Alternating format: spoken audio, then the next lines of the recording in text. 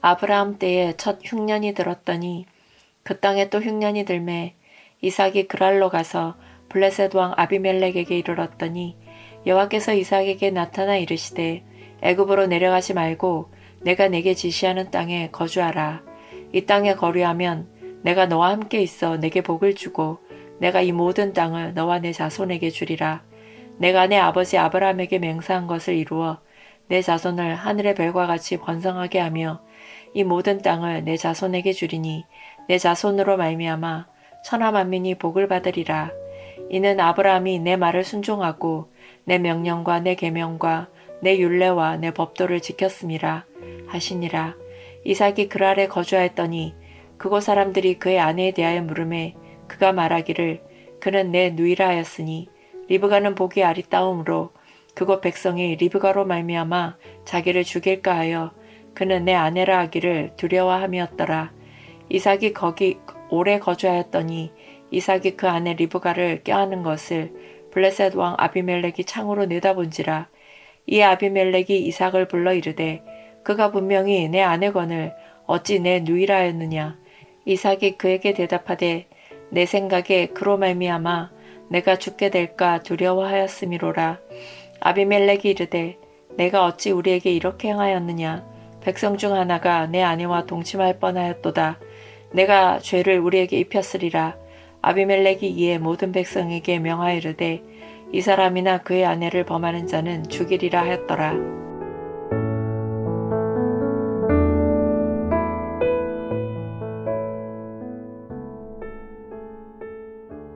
우리의 삶에는 예기치 않은 흉년이 찾아올 때가 있습니다. 오늘 본문에 나오는 이삭도 그랬습니다.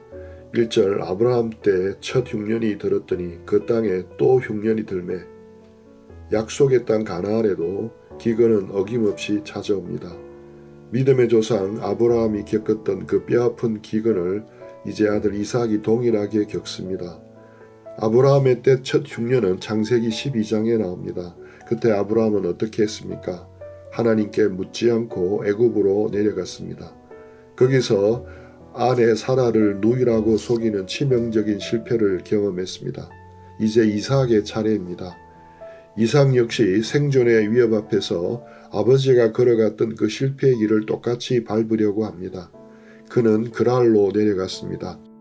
그랄은 가나안 남방 애굽으로 가는 길목에 있는 블레셋의 영토입니다.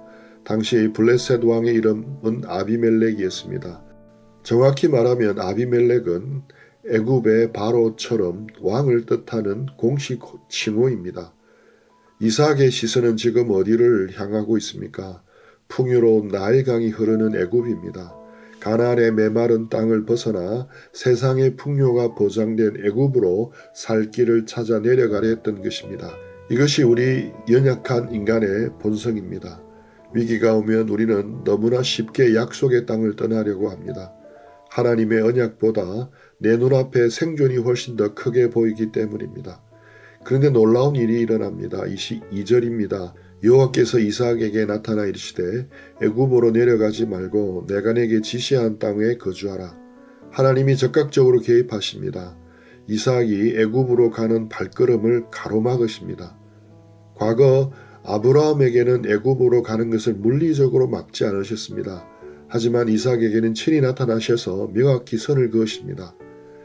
우리는 자꾸만 망하는 길, 세상을 향한 길로 내달리려고 합니다. 하지만 하나님은 당신의 자녀가 세상의 풍요인 애굽에 동화되는 것을 결코 두고 보지 않으십니다. 때로는 우리의 앞길을 막으십니다. 흉년의 한복판에 우리를 강제로 주저앉히십니다. 애굽에 내려가지 말라. 내가 지시하는 땅에 머무르라.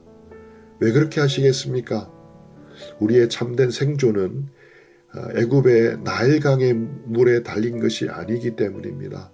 우리의 생사 화복은 오직 하나님의 입에서 나오는 언약의 말씀에 달려 있음을 뼈저리게 가르치기 위함입니다. 하나님은 이삭에게 이 땅에 거류하면이라고 말씀하십니다. 거류하다는 히브리어는 영구적인 정착이 아니라 나그네와 이방인으로서 잠시 머무는 것을 뜻합니다. 흉년이 든 땅, 살기가 팍팍한 그 땅에서 나그네로 버티라는 것입니다. 참으로 가혹한 명령처럼 들립니다. 그러나 이 명령 뒤에는 세상이 감히 상상할 수 없는 어마어마한 언약의 폭포수가 쏟아집니다.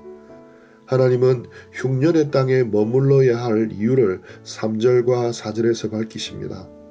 내가 너와 함께 있어 내게 복을 주고 내가 이 모든 땅을 너와 내 자손에게 주리라. 아브라함의 경우 하나님이 내가 내게 복을 주리라 약속하신 후에 비로소 복을 주셨습니다. 하지만 이삭의 경우는 순서가 다릅니다. 하나님은 이미 이삭에게 충만한 복을 주셨습니다. 그리고 지금 흉년이라는 극심한 역경 속에서 다시금 그 언약을 재확인하고 계신 것입니다. 이것이 놀라운 은혜입니다. 하나님은 이삭에게 무려 8개의 동사를 사용하시면서 일방적인 은혜를 쏟아부으십니다. 내가 너와 함께 있겠다. 내가 내게 복을 주겠다. 내가 이 땅을 주겠다. 내가 맹세한 것을 이루겠다. 내 자손으로 번성하게 하겠다. 이 문장들의 주어가 보입니까? 모두 다 내가입니다. 이삭이 스스로 흉년을 이겨낼 능력이 있어서가 아닙니다. 오직 전능하신 하나님께서 친히 이루시겠다는 강권적인 언약의 선포입니다. 그렇다면 하나님은 왜 이토록 자격 없는 이삭에게 이런 엄청난 복을 약속하십니까? 5절 이는 아브라함이 내 말을 순종하고 내 명령과 내 계명과 내 율례와 내 법도를 지켰음이라. 이삭 자신의 어떠함 때문이 결코 아닙니다. 그의 아버지 아브라함의 순종 때문이라고 명확히 말씀합니다. 이삭이 상속받은 축복의 공로는 그 자신의 순종이 아니라 전적인 아버지의 순종에 기인한 것이라고 말씀합니다. 그렇다면 우리는 감히 어떻게 하나님의 복을 누립니까? 우리의 선행 때문입니까? 우리의 순종 때문입니까? 아닙니다. 오직 예수님 때문입니다. 우리의 영원한 대제사장이신 예수 그리스도의 완전하신 순종 때문입니다. 아브라함의 순종으로 이삭이 거저 복을 누리듯 우리도 예수님의 십자가의 순종으로 인해 은혜로 거저 구원과 영원한 생명을 누리게 된 것입니다. 이런 가슴 벅찬 하나님의 은혜의 약속을 들었다면 이삭의 삶은 이제 완전히 달라져야 하지 않겠습니까? 하지만 성경은 우리의 인간적인 기대를 산산조각냅니다. 6절 이삭이 그랄에 거주하였더니 이삭은 하나님의 말씀대로 애굽에 내려가지 않고 그랄에 머물렀습니다. 겉보기에는 훌륭하게 순종했습니다. 그러나 7절에서 그의 숨겨진 본성이 적나라하게 드러납니다. 그곳 사람들이 이삭의 아내 리브가에 대해 묻습니다. 리브가는 보기에 몹시 아리따운 여인이었습니다. 순간 이삭은 극도의 두려움에 사로잡힙니다. 이 사람들이 내 아내를 빼앗기 위해 나를 죽이면 어떡하지? 그래서 그런 내 아내라 하기를 두려워하였음이라 하며 아내를 자신의 누이라고 비겁하게 속입니다. 아버지 아브라함이 범했던 그 죄를 아들 이삭이 토시 하나 틀리지 않고 똑같이 답습하고 있습니다. 불과 조금 전 하나님으로부터 내가 너와 함께 하겠다는 임마누엘의 굳건한 약속을 들었습니다. 그런데 그 영광스러운 약속이 무색하게도 죽음에 대한 두려움이 하나님을 향한 신뢰를 단숨에 집어 삼켰습니다. 이것이 바로 우리 인생의 적나라한 모습입니다. 이 거짓말의 상태로 이삭은 그곳에 오래 거주합니다. 이 기간 동안 이삭의 내면은 과연 어떠했겠습니까? 아내를 곁에 두고도 누이라고 불러야 했으며 언제 들통날지도 모르는 불안감 속에서 피를 말리는 시간을 보내었을 것입니다. 거짓으로 얻은 평안은 결코 참된 평안이 아닙니다. 그것은 영혼을 갉아먹는 끔찍한 고문입니다. 결국 올 것이 오고 맙니다. 사건이 터집니다. 이삭이 아내 리브가를 껴안은 모습을 블레셋 왕 아비멜렉이 우연히 창밖으로 목격한 것입니다. 아비멜렉이 이삭을 당장 불러 호통을 칩니다. 9절 그가 과연 내 아내 그를 어찌 내 누이라 하였느냐. 10절 내가 어찌 우리에게 이렇게 행하였느냐. 백성 중 하나가 내 아내와 동침할 뻔하였도다. 내가 죄를 우리에게 입혔으리라. 우프게도 불신자 왕이 하나님의 언약의 자손 이삭을 호되게 꾸짖고 있습니다. 이방의 왕 아비멜렉은 의로운 분노를 표출하며 자칫 자신들이 큰 죄를 범할 뻔했다고 이삭을 준엄하게 질책합니다. 이 얼마나 수치스럽고 부끄러운 일입니까? 천하 만민에게 거룩한 복의 통로가 되어야 할 사람이 도리어 이방인들에게 죄악을 뒤집어 씌울 만한 흉악한 장애물이 되었습니다. 이삭은 아내를 생명 다해 보호해야 할 남편의 책임도, 하나님을 온전히 드러내어야 할 언약의 백성의 책임도 철저히 내팽개쳤습니다. 오직 자신의 목숨 하나 부지하겠다는 얄팍한 두려움 때문이었습니다. 성경이 이토록 이삭의 부끄러운 민낯을 가감없이 기록한 진짜 이유가 무엇이겠습니까? 그것은 인간의 끔찍한 실패에도 불구하고 결코 꺾이지 않는 하나님의 주권적인 은혜를 보여주기 위함입니다. 11절 아비멜렉이 모든 백성에게 엄한 명령을 내립니다. 이 사람이나 그의 아내를 범하는 자는 죽이리라.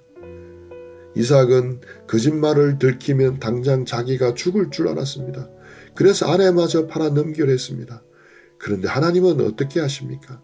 가장 부끄러운 순간, 영적으로 가장 밑바닥으로 떨어진 그 참담한 순간에 이방왕의 입술을 친히 열어 이삭과 리브가를 완벽하게 보호해 주십니다. 이것이 바로 우리 하나님의 놀라운 신실하심입니다. 우리는 미쁨이 없을지라도 주는 항상 미쁘십니다. 우리는 연약하여 매일 넘어집니다. 우리는 두려워하여 수시로 타협합니다. 그러나 우리를 피값으로 자녀 삼으신 하나님은 우리의 연약함 때문에 당신의 은혜의 언약을 결코 폐기하지 않으십니다. 도리어 불신자 입술을 통해서라도 세상의 권력을 움직여서라도 하나님의 자녀를 끝끝내 지켜내시고야 맙니다. 그것은 우리의 신실함 때문이 아닙니다. 항상 변함없이 미쁘신 신실하신 하나님 때문입니다. 그렇다면 우리가 흉년의 때를 지나갈 때 우리는 어떻게 반응해야 하겠습니까? 이삭의 흉년은 그저 고난으로 끝이 나는 것이 아니었습니다.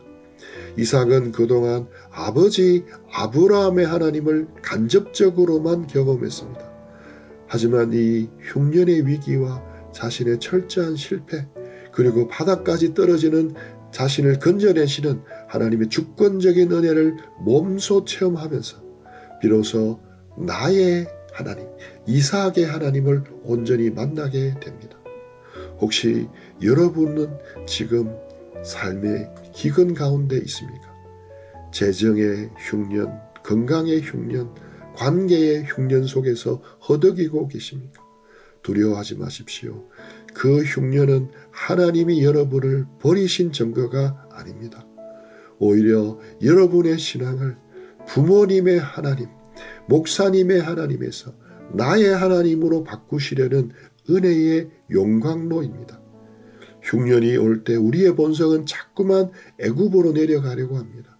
내 수단과 방법을 동원하고 적당한 타협과 거짓말로 이 위기를 모면하려 합니다. 하지만 오늘 본문은 우리에게 단호하게 권면합니다. 글 아래 머무르십시오. 하나님이 지시하는 땅에 거류하십시오. 당장 눈앞에 나일강의 풍요가 보이지 않아도 메말라 갈라진 가나안 땅에서 약속의 말씀을 붙들고 버티십시오. 우리는 이삭처럼 또 넘어질지도 모릅니다. 세상 사람들 앞에서 부끄러운 모습을 볼 때가 있을 것입니다. 그러나 절망하지 맙시다. 우리의 실패보다 하나님의 은혜가 훨씬 더 큽니다. 아비멜렉의 입술을 열어 이삭을 보호하신 그 하나님이 오늘 우리의 직장과 캠퍼스와 가정과 삶의 현장에서도 우리를 눈동자처럼 지켜주실 것입니다. 하나님은 당신의 자녀를 결코 포기하지 않으십니다. 흉년은 끝이 아닙니다. 흉년은 은혜가 머무르는 가장 깊은 자리입니다. 우리의 실패는 십자가의 은혜를 더욱 찬란하게 드러내는 무대가 될 뿐입니다. 하나님이 우리와 함께 하십니다. 예수님 때문에 우리에게 한없는 은혜를 베푸십니다. 이 은혜의 복음을 붙잡고 두려움을 이기고 세상을 넉넉히 이겨내며 살아가는 형제자매들 다 되기를 주님의 이름으로 축원합니다. 우리 들은 말씀 가지고 묵상하며 기도하며 주님과 교제하는 시간들 가지겠습니다.